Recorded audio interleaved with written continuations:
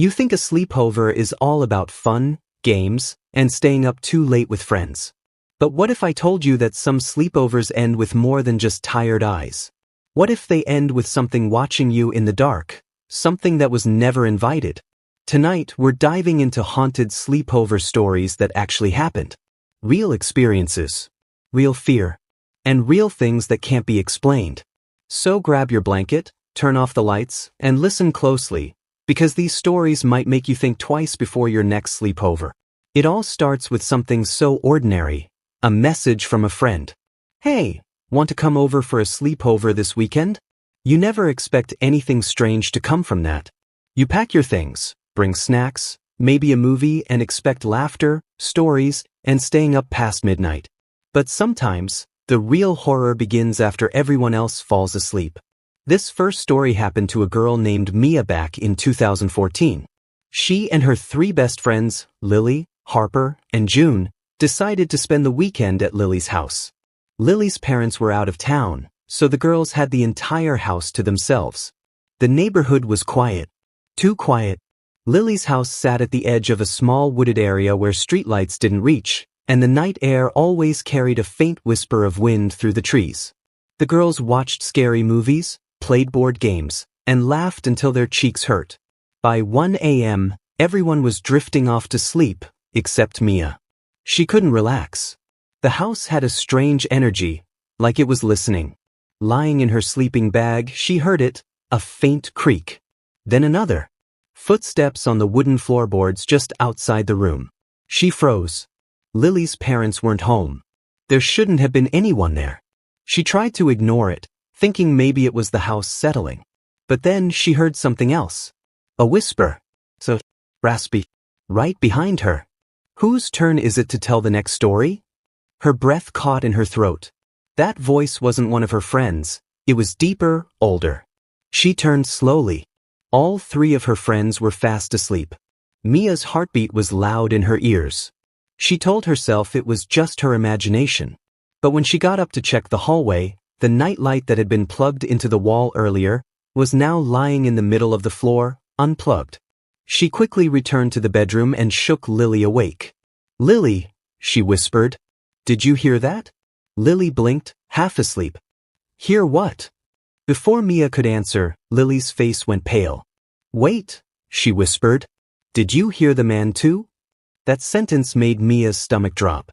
They sat there, clutching their blankets, too afraid to move. The whisper didn't come back that night, but none of them slept. In the morning, they told Lily's parents everything. Her father didn't laugh or brush it off. He just looked at them and said quietly, "I told your mother we shouldn't have kept that mirror." Mia frowned. "What mirror?" Her dad pointed toward the old cracked mirror in the hallway, the same spot where the nightlight had been unplugged. It turned out, the mirror had been left behind by the house's previous owners.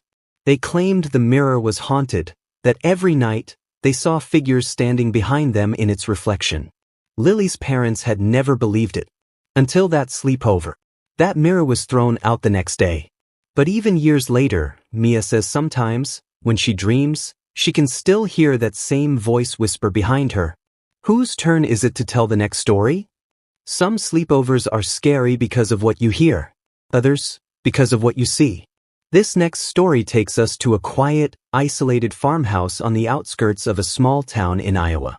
It belonged to the grandparents of a girl named Rachel, and every summer, she and her cousins would spend a weekend there. But this time was different. This time, they decided to have a sleepover without any adults. No grandparents. No rules. Just 5 teenagers, snacks, and a big creaky farmhouse surrounded by empty fields. It was supposed to be fun. It wasn't. The first night started normal.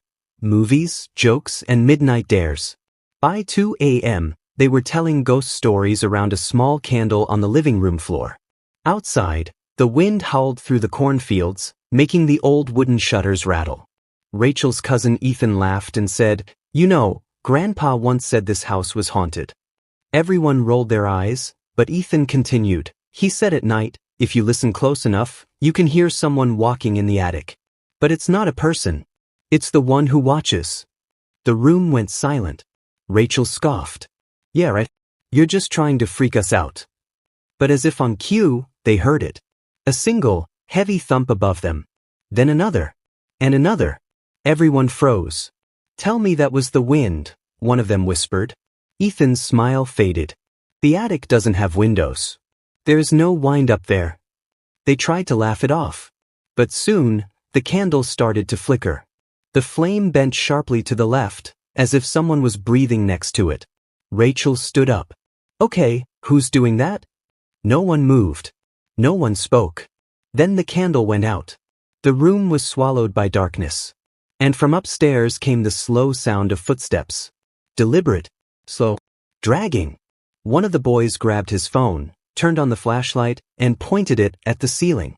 The sound stopped. Rachel whispered, "Hello." Silence. Then came the sound of something heavy sliding across the attic floor, like a chest or an old piece of furniture. And then, 3 sharp knocks from above. That was enough. They bolted upstairs together, thinking maybe an animal had gotten in. But when they opened the attic door, the light from the phone illuminated something none of them could explain. Footprints. Bare, human footprints, printed perfectly in the thick layer of dust on the attic floor. They led from one corner of the attic to the middle of the room and stopped. No exit. No hole. No person. Just the footprints. The next morning, Rachel called her grandparents and told them what happened. Her grandfather didn't sound surprised. He simply said, "You kids should have left the attic door shut." Rachel asked him why. And he told her something that she'll never forget. He said, "When we bought that farmhouse, the man who sold it to us warned me. He said his son disappeared up there during a storm in 1956. They never found him, only his footprints." That night, when Rachel tried to sleep, she kept hearing faint creaks above her room. And right before she drifted off, she could have sworn she heard a child's voice whisper, "I was just trying to come back down." The further these stories go, the darker they get. And the next one? It takes place in a brand new house. No ghosts in history. No strange attic. Just one sleepover and a closet that wouldn't stay closed. New houses aren't supposed to be haunted. No creaky floors. No history. No reason to fear the dark. But sometimes, it's not the age of the house that matters.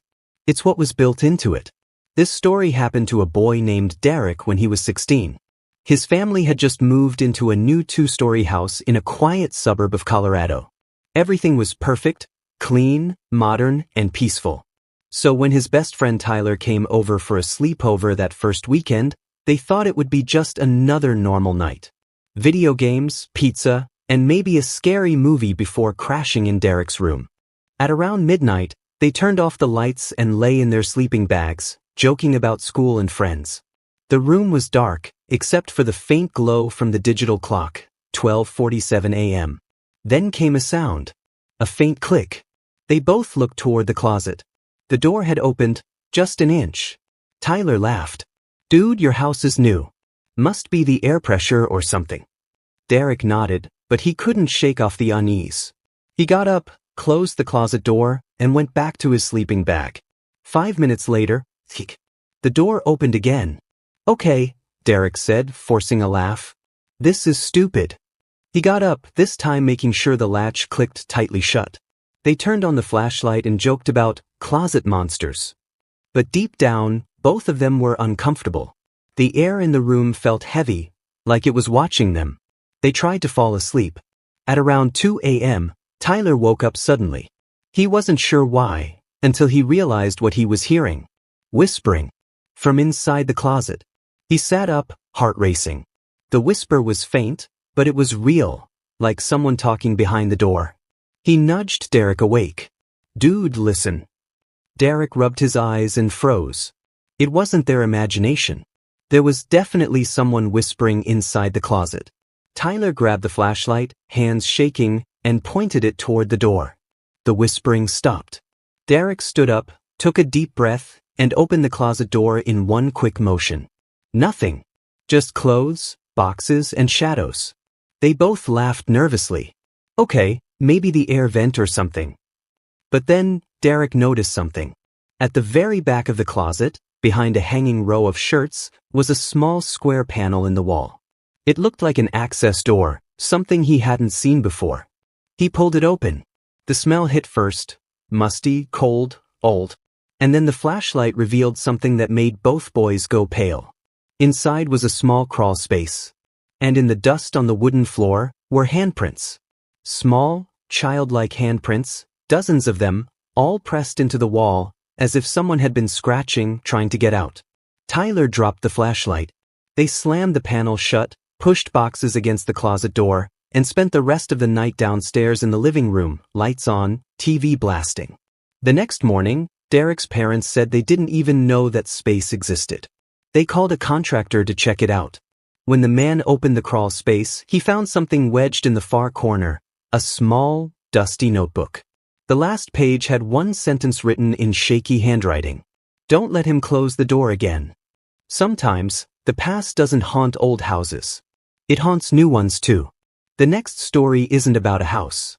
It's about a cabin, deep in the woods, where 5 friends learned that some places don't want you to leave once you've arrived. It was supposed to be the best weekend of their senior year. 5 friends, 1 cabin, no parents, just nature, music, and memories before graduation. The cabin sat deep in the woods of northern Oregon, about a 20-minute drive from the nearest town. It belonged to Noah's uncle, who hadn't been there in years. Dust coated the furniture, spiderwebs hung from the rafters, and the faint smell of mildew floated through the halls. But to a group of 18-year-olds, it was perfect. They cleaned up, unpacked food in sleeping bags, and joked that it looked like something out of a horror movie. They had no idea how right they were. The first day passed easily. They fished in the lake, grilled hot dogs, told stories by the fire.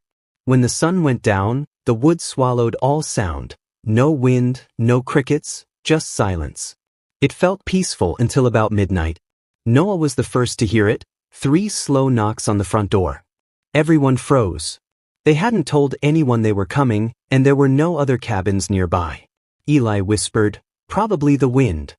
But then the knocks came again, louder this time. They opened the door. Nothing. The porch was empty, the forest black beyond the reach of their flashlight. They shut the door and tried to laugh it off, but nobody slept well that night. The next evening, they decided to stay up late playing cards. Around 1 a.m., the generator flickered, and the lights went out. In the pitch dark, someone outside began humming, a low, tuneless hum that circled the cabin slowly, moving from one wall to the next. Noah grabbed a lantern, ran to the window, and shined it into the woods.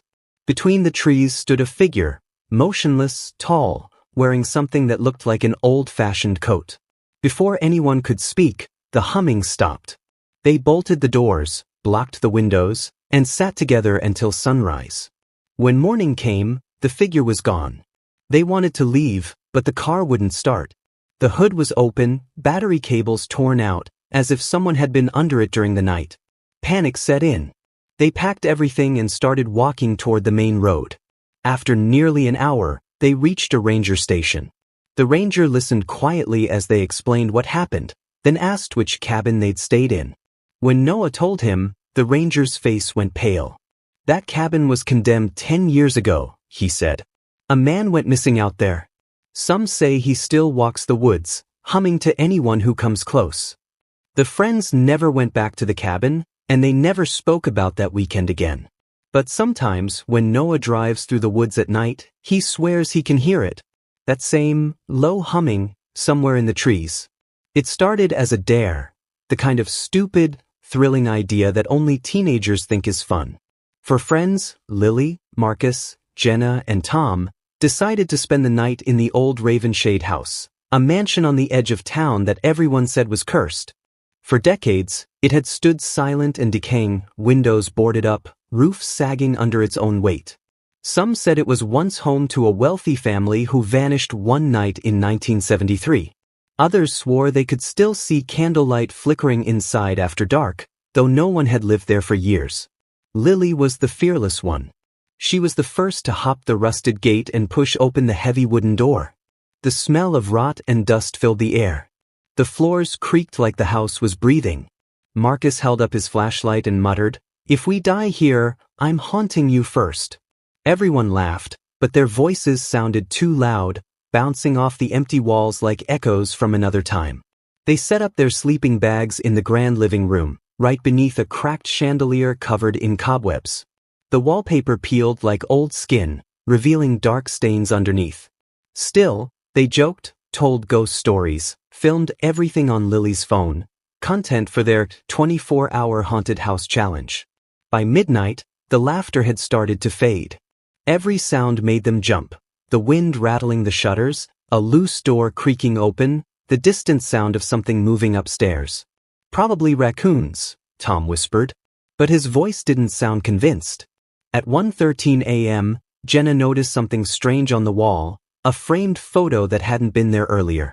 It showed a family of 4, a man, woman, and 2 kids. But the weird part? Each person's face was scratched out violently, leaving only white, torn paper where their eyes and mouths should have been. Before they could react, the air went cold, so cold they could see their breath. And then, somewhere above them, a piano started playing. Just 3 slow notes, over and over again. They ran to the stairs, shining their flashlights up the hallway. "Hello," Lily called out. The piano stopped. A door at the end of the hall creaked open by itself. Marcus whispered, "This is insane, we need to go." But Lily, half smiling, half terrified, said, "Just one more video, I swear." She stepped into the hall, camera rolling. The door slammed shut. They all screamed and sprinted toward it, yanking on the handle, but Lily screamed from inside, pounding on the wood, "Let me out. Please." And then her voice cut off. Silence. When they finally broke down the door, the room was empty. Her phone lay on the floor, the screen still recording. The final shot? A glimpse of Lily turning toward a dark figure standing in the corner. Too tall, too thin, its face hidden in shadow. They fled the house, never looking back. The next morning, police searched the mansion from top to bottom. No sign of Lily. No footprints. No trace. But her phone was still recording when they found it. And if you listen closely, just before the video ends, you can hear the same piano playing those 3 slow notes. No one ever entered Ravenshade House again. And to this day, locals say if you drive past it at night, you can see a girl's flashlight flickering in the top window, as if she's still trying to find her way out. It was supposed to be one last campfire before summer ended, one last memory before everyone went their separate ways to college. 7 friends, Nate, Brooke, Dylan, Kara, Jake, Mia, and Ethan, packed up their tents, snacks, and guitars and drove out to Hollow Creek, a wooded area known for its quiet lakes and endless pines. They picked a spot near the water, set up their tents, and built a fire.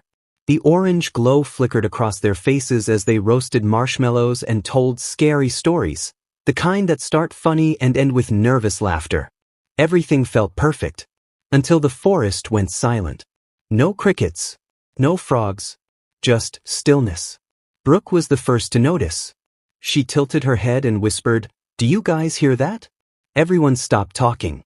The silence pressed down on them, heavy and wrong. Then, from across the lake, came the faint sound of laughter.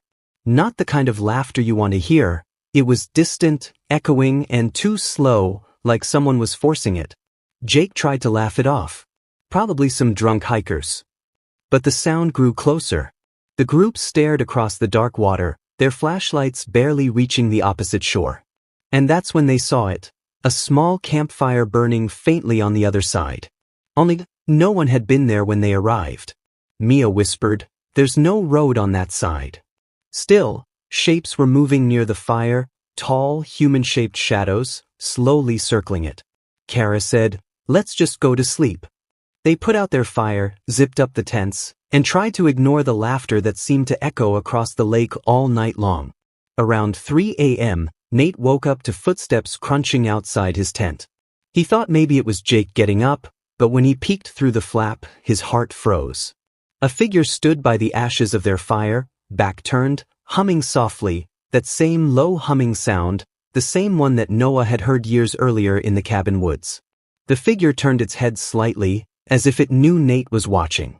It raised a hand and waved. Nate dove back inside his tent, whispering, "Don't move. Someone's out there." The others woke up, terrified. They could hear the footsteps circling the camp now, slow, deliberate, scraping in the dirt. Then came the whispering. It wasn't just one voice. It sounded like dozens, all murmuring at once, too faint to understand. Suddenly, one of the tents collapsed. Brooke screamed. Flashlights flickered on, cutting through the darkness, but there was no one there. Just deep, boot-shaped footprints in the mud leading into the forest. They didn't wait for morning. They grabbed what they could and ran for the car. When they reached it, Nate looked back and nearly dropped the keys. Across the lake, the other campfire was burning again. And standing beside it was the same tall figure in the long coat, just watching them leave. None of them ever returned to Hollow Creek. But every year, around the same date, campers report strange lights flickering by the water and soft humming in the trees, as if something still remembers them. It had been years since any of them had even said the word sleepover. After everything that happened, the cabin, the abandoned house, the campfire, most of the survivors had moved on, trying to bury the memories deep. But some nightmares don't stay buried. Noah, now 26, was scrolling through his phone one night when a video notification appeared. It was an anonymous upload on an old YouTube channel he hadn't used in years, the one he and his friends created back in high school for their ghost story videos. The title froze him where he sat. The Final Sleepover, uploaded by Lily. Lily, the girl who disappeared years ago in Ravenshade House.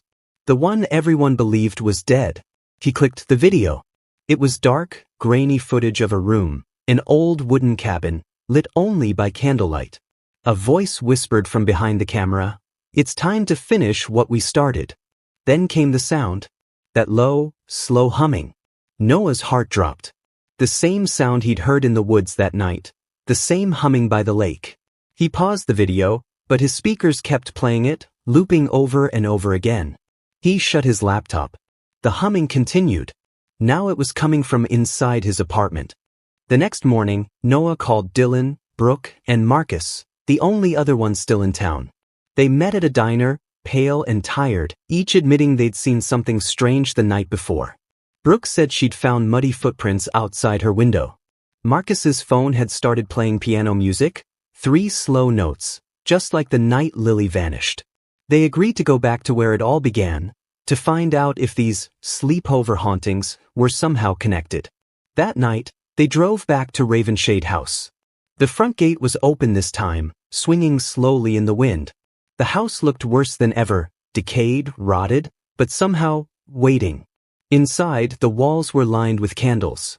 Photos of every sleepover, every location, were nailed to the wall. The cabin, the school basement, Hollow Creek.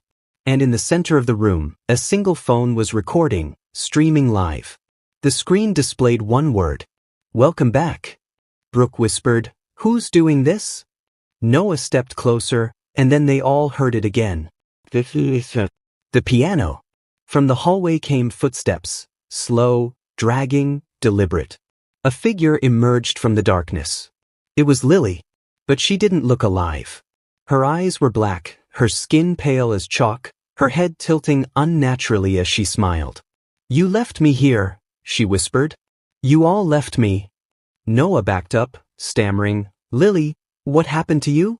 She stepped closer, whispering, "He showed me. The one who hums. The one who never sleeps." Behind her, the tall man in the long coat appeared, the same figure from the cabin, from the woods, from the campfire. Only this time, he wasn't watching. He was coming for them.